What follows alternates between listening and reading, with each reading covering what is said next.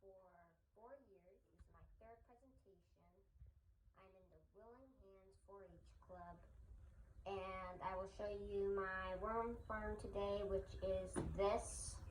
The worms are in the top 3 containers, and then the worm tea is collected in the bottom, and then there's a spout that lets the worm tea out into a container.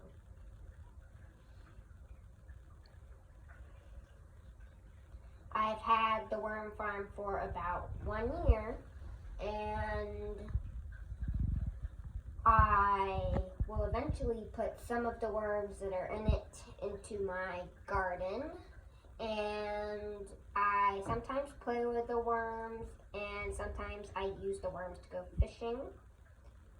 I will show you today how to feed the worms properly.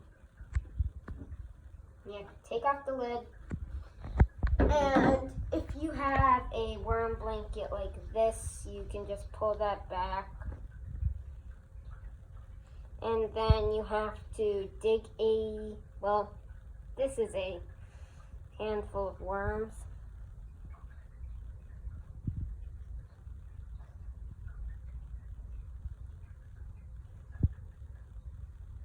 And you can dig a 2-inch deep trench that is about as deep as this.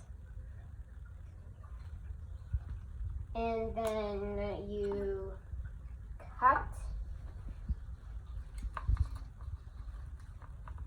the food, and you don't want to feed them any citrus, dairy, grains, or meat products. You can take a bit of this cut food, and then you can put it into the trench and cover it back up again. And then you can put the worm blanket back down and do the other side.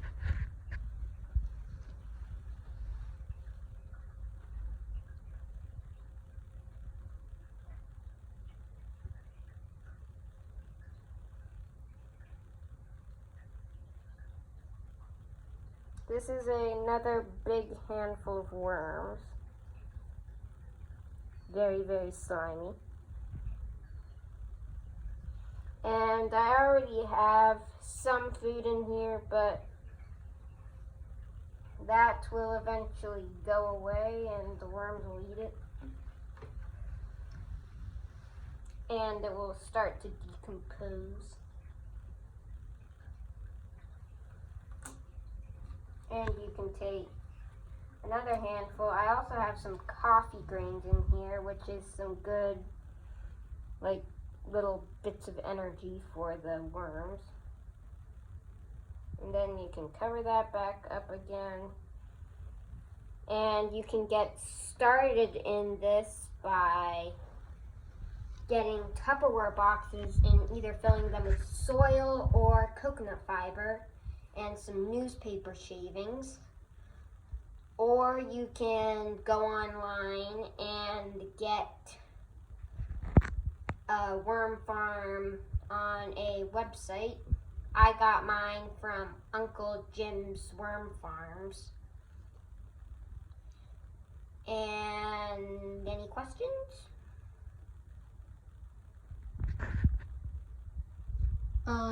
Can you review the steps for feeding the worms again? First, get the food. Second, cut the food. Third, dig a trench. Fourth, put the cut food in and bury it. Fifth, if you have any, get worm tea. And what kind of worms are those? These I think are, I actually don't know.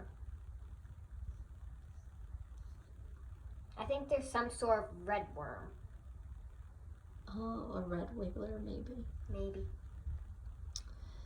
And what do you use worm tea for?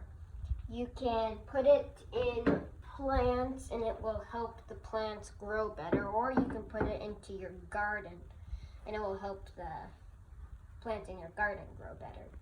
And what is worm tea? It's basically just worm pea and the moist water that comes out of the soil and goes down these into the bottom layer. And I will see if I have any.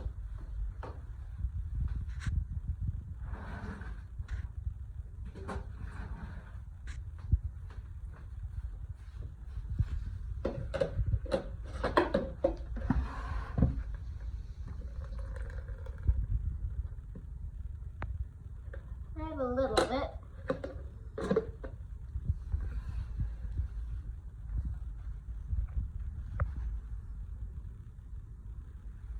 So do you pour that right? Ooh, stinks. Do you pour that right into your plants? No, if it stinks, you get rid of it.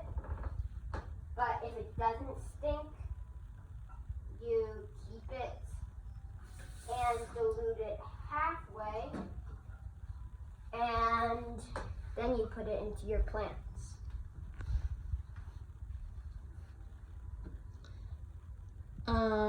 And could you tell me again what you're supposed to feed worms? You're supposed to feed them lettuce like this, or apples, coffee grains, cucumber, or pepper, stuff like that. But not tomato, because that's, or onion or garlic, because that's citrus.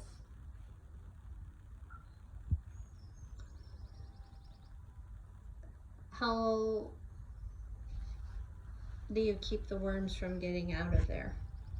Well, the worm blanket helps with that by it keeps the worms in, and eventually it decomposes and puts more soil in. But I've only had mine for a month or two, so it hasn't done that yet. Have you ever had worms escape? Yes, I have had that happen before, and that can happen by either the climate in the worm farm is either too hot or too cold, or too moist or not moist enough. And that would mean that they crawl out of the cracks and then just climb down, and then they go onto the floor, but they can't last long on the floor. So they eventually harden up and stay stuck to the floor until you clean them up. And would you recommend worm farming for other foragers? Yes, I would, because eventually all the worms go into the top, and in the bottoms there are compost, so they will eventually get a lot of compost for their garden. And in the bottom of the worm farm, in each container, there are little holes so that the worms can climb up or down to wherever the food is. Are worms fun? Yes, they are. Thank you. You're welcome.